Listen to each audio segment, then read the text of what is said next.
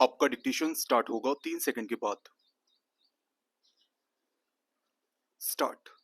महात्मा गांधी कहते थे, भारत का हृदय गांवों में बसता है। गांवों की उन्नति से ही भारत की उन्नति संभव है। विराम। गांवों में ही सेवा और परिश्रम के अवतार कृषक रहते हैं। विराम। और वास्तविकता भी यही है कि कृषि भारतीय अर्थव्यवस्था की धुरी है। विराम। देश के कुल श्रम शक्ति का लगभग 51% भाग कृषि एवं इससे संबंधित उद्योग धंधों से अपनी आजीविका चलाता है। विराम। ब्रिटिश काल में भारतीय कृषक अंग्रेजों एवं जमींदारों के जुल्म से परेशान एवं बेहाल थे। विराम।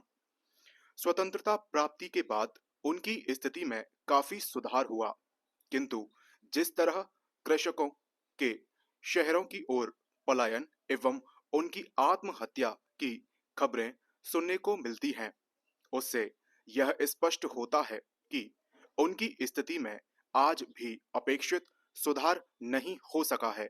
विराम। स्थिति इतनी विकट हो चुकी है कि कृषक अपने बच्चों को आज कृषक नहीं बनाना चाहते। विराम। पैरा। विश्व के महान विचारक सिसरो ने भी कहा है, किसान मेहनत करके पेड़ लगाते हैं पर स्वयं उन्हें ही उनके फल नसीब नहीं हो पाते। विराम। निसंदेह खून पसीना एक कर दिन रात खेतों में मेहनत करने वाले कृषकों का जीवन अत्यंत कठोर व संघर्षपूर्ण है। विराम। अधिकतर भारतीय कृषक निरंतर घटते भूक्षेत्र के कारण गरीबी रेखा से नीचे जीवन यापन कर रहे हैं। विराम। दिन रात खेतों में परिश्रम करने के बाद भी उन्हें तन ढकने के लिए समुचित कपड़ा नसीब नहीं होता। विराम। जाड़ा हो या धूप, गर्मी हो या बरसात, उन्हें दिन रात बस खेतों में ही परिश्रम करना पड़ता है। विराम। इसके बावजूद उन्हें फसलों से उचित आय नहीं प्राप्त हो पाती। विराम। बड़े बड़े व्यापारी कृषकों से सस्ते मूल्य पर खरीदे गए खाद्यान्न, सब्जी एवं फलों को बाजारों में ऊंची दरों पर बेच देते हैं। विराम। इस तरह कृषकों का श्रम लाभ किसी और को मिल जाता है और वे अपनी किस्मत को कोसते हैं। विराम। पैरा। किसानों की ऐसी दयनीय स्थिति का एक कारण यह भी है कि भारतीय कृषि मानसून पर निर्भर है और मानसून की अनिश्चितता के कारण प्रायः कृषकों को कई प्रकार की कठिनाइयों का सामना करना पड़ता है। विराम। समय पर सिंचाई नहीं होने के कारण भी उन्हें आशा अनुरूप फसल की प्राप्ति नहीं हो पाती। विराम। ऊपर से आवश्यक उपयोगी वस्तुओं की कीमत में वृद्धि के कारण कृषकों की स्थिति और भी दयनीय हो गई है तथा उनके सामने दो वक्त की रोटी की समस्या खड़ी हो गई है। विराम। कृषि में श्रमिकों की आवश्यकता साल भर नहीं होती, इसलिए साल के लगभग 3-4 महीने कृषकों को खाली बैठना पड़ता है। विराम। इस कारण भी कृषकों के गांवों से शहरों की ओर पलायन में वृद्धि हुई है। विराम। पैरा। देश के विकास में कृषकों के योगदान को देखते हुए कृषकों और कृषि क्षेत्र के लिए कार्य योजना का सुझाव देने हेतु वर्ष 2004 में डॉक्टर एम.एस. स्वामीनाथन की अध्यक्षता में राष्ट्रीय कृषक आयोग का गठन किया गया। विराम। वर्ष 2006 में आयोग द्वारा जारी की गई रिपोर्ट में कृषकों के लिए एक विस्तृत नीति के निर्धारण की संस्तुति की गई। विराम।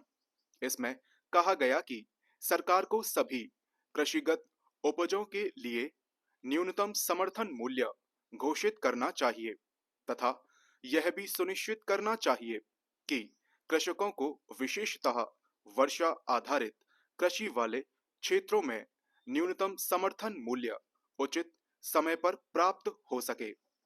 विराम पैरा। राष्ट्रीय कृषक आयोग की संस्तुति पर भारत सरकार ने राष्ट्रीय कृषक नीति 2007 की घोषणा की। विराम।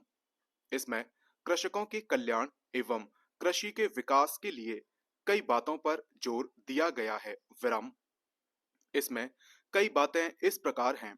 सभी कृषिगत उपजों के लिए न्यूनतम समर्थन मूल्य सुनिश्चित किया जाए। विराम। मूल्यों में उतार चढ़ाव से कृषकों की सुरक्षा हेतु मार्केट रिस्क स्टेबलाइजेशन फंड की स्थापना की जाए। विराम।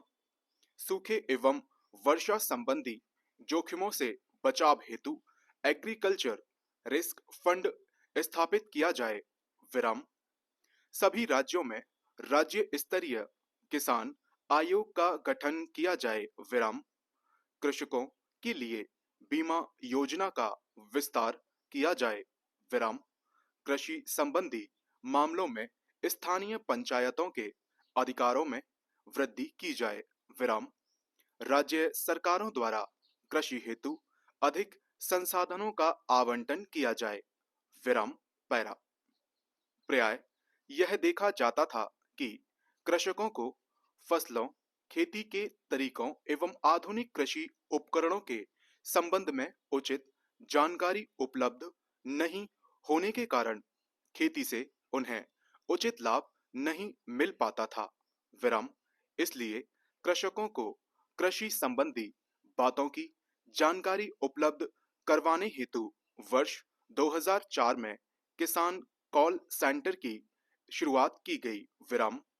इसके अतिरिक्त कृषि संबंधी कार्यक्रमों का प्रसारण करने वाले कृषि चैनलों की भी शुरुआत की गई है। विराम। केंद्र सरकार ने राष्ट्रीय ग्रामीण विकास बैंक के जरिए देश के ग्रामीण क्षेत्रों में रूरल नॉलेज सेंटर्स की भी स्थापना की है। विराम।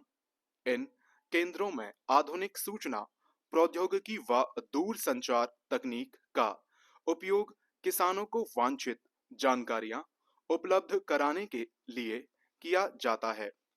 विराम पैरा।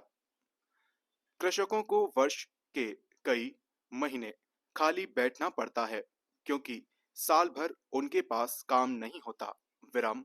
इसलिए ग्रामीण लोगों को गांव में ही रोजगार उपलब्ध करवाने के उद्देश्य से राष्ट्रीय रोजगार गारंटी अधिनियम के अंतर्गत 2006 में राष्ट्रीय ग्रामीण रोजगार गारंटी योजना का शुभारंभ किया गया। विराम।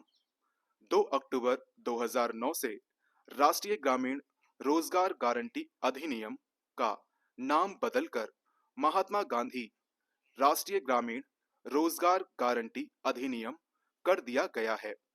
विराम। यह अधिनियम ग्रामीण क्षेत्रों के प्रत्येक परिवार के एक वयस्क सदस्य को वर्ष में कम से कम 100 दिन के लिए रोजगार की गारंटी देता है। विराम। इस अधिनियम में इस बात को भी सुनिश्चित किया गया है कि इसके अंतर्गत 33% लाभ महिलाओं को मिले। विराम पैरा। इस योजना से पहले सभी ग्रामीण क्षेत्रों के लोगों को रोजगार प्रदान करने के लिए कई योजनाएं प्रारंभ की गई थीं, किंतु उनमें भ्रष्टाचार के मामले अत्यधिक उजागर हुए। विराम। अतः इससे बचने के लिए रोजगार के इच्छुक व्यक्ति का रोजगार कार्ड बनाने का प्रावधान किया गया है। विराम। ग्राम पंचायत जो रोजगार कार्ड जारी करती है उस पर उसकी पूरी जानकारी के साथ साथ उसका फोटो भी लगा होता है। विराम।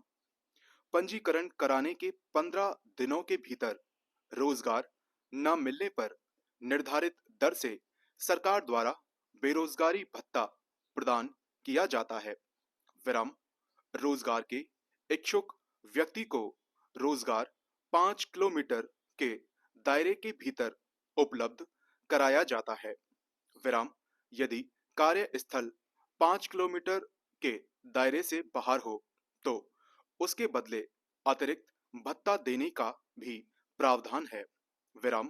कानून द्वारा रोजगार की गारंटी मिलने के बाद न केवल ग्रामीण विकास को गति मिली है, बल्कि ग्रामीणों का शहरों की ओर पलायन भी कम हुआ है।